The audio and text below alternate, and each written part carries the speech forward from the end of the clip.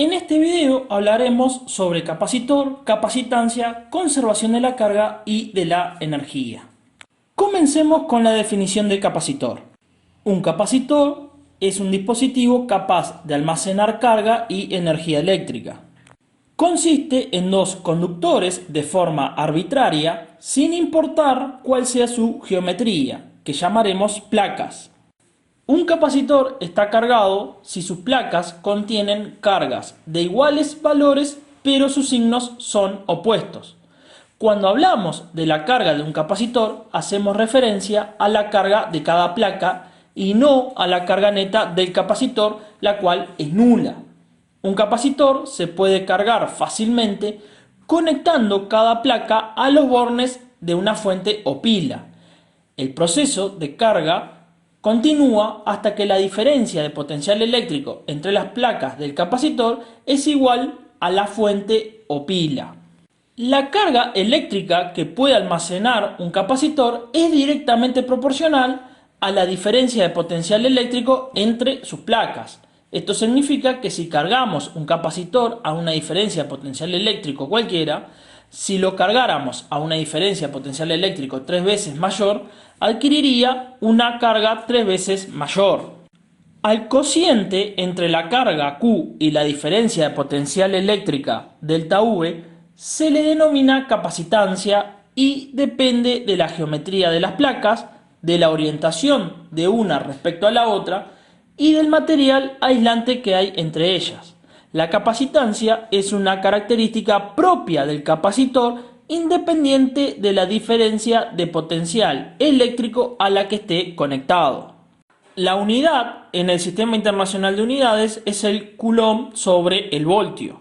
A esta combinación de unidades se la conoce como faradio en honor a Michael Faraday, debido a que fue él quien descubrió que colocando un material aislante llamado dieléctrico entre las placas del capacitor se podía aumentar la capacitancia del mismo. Pasemos a estudiar la conservación de la carga.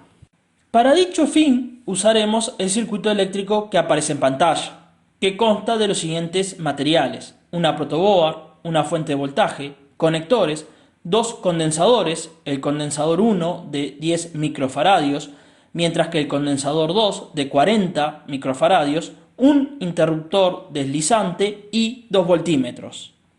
Lo primero que haremos es conectar el interruptor deslizante en el punto A y encender la fuente. De esta manera lo que haremos es cargar el capacitor número 1 y registrar la diferencia de potencial eléctrico en dicho capacitor. Para hacer esto utilizaremos un programa llamado Tinkercad, que nos permite simular circuitos eléctricos. En pantalla aparece una imagen del momento en que el simulador tiene la fuente encendida y el interruptor deslizante se ubica en el punto A. Como podemos ver en la imagen, la diferencia potencial eléctrico del capacitor 1 es de 9 voltios, mientras que la diferencia potencial eléctrico en el capacitor 2 es de 0 voltios. A continuación, pasemos el interruptor deslizante al punto B y registraremos las diferencias de potencial eléctrico de ambos capacitores. En la imagen que aparece en pantalla tenemos la imagen del simulador cuando el interruptor deslizante está en el punto B. Como se puede observar en la pantalla, la diferencia de potencial eléctrico del capacitor 1 ahora es de 1,8 voltios, mientras que la diferencia de potencial eléctrico del capacitor 2 es también de 1,8 voltios. Comencemos con el análisis. Cuando el interruptor estaba en el punto A, el capacitor 1 se cargó adquiriendo cargas eléctricas. Esto se puede calcular, como ya lo hemos visto, con la ecuación que aparece en pantalla, en donde la capacitancia del capacitor 1 es de 10 microfaradios, es decir, 10 por 10 a la menos 6 faradios, y la diferencia de potencial eléctrico es de 9,00 voltios. Haciendo la operación, tenemos que la carga es igual a 9,0 por 10 a la menos 5 coulombios. Ahora pasemos a analizar cuando el interruptor se ubica en el punto B. La carga se distribuirá simultáneamente entre los dos capacitores. La carga acumulada por el capacitor 1 es igual a 10 por 10 a la menos 6 faradios por 1,8 voltios, siendo la carga igual a 1,8 por 10 a la menos 5 coulombios. Mientras que la carga acumulada por el capacitor 2 de 40 microfaradios, es decir, 40 por 10 a la menos 6 faradios, es igual a 40 por 10 a la menos 6 faradios por 1,8 voltios, siendo la carga acumulada por el capacitor 2 igual a 7,2 por 10 a la menos 5 coulombios. Si sumamos las cargas acumuladas por ambos capacitores, tenemos que la carga total final es de 9,0 por 10 a la menos 5 coulomb, siendo el mismo valor con que se cargó inicialmente al capacitor 1.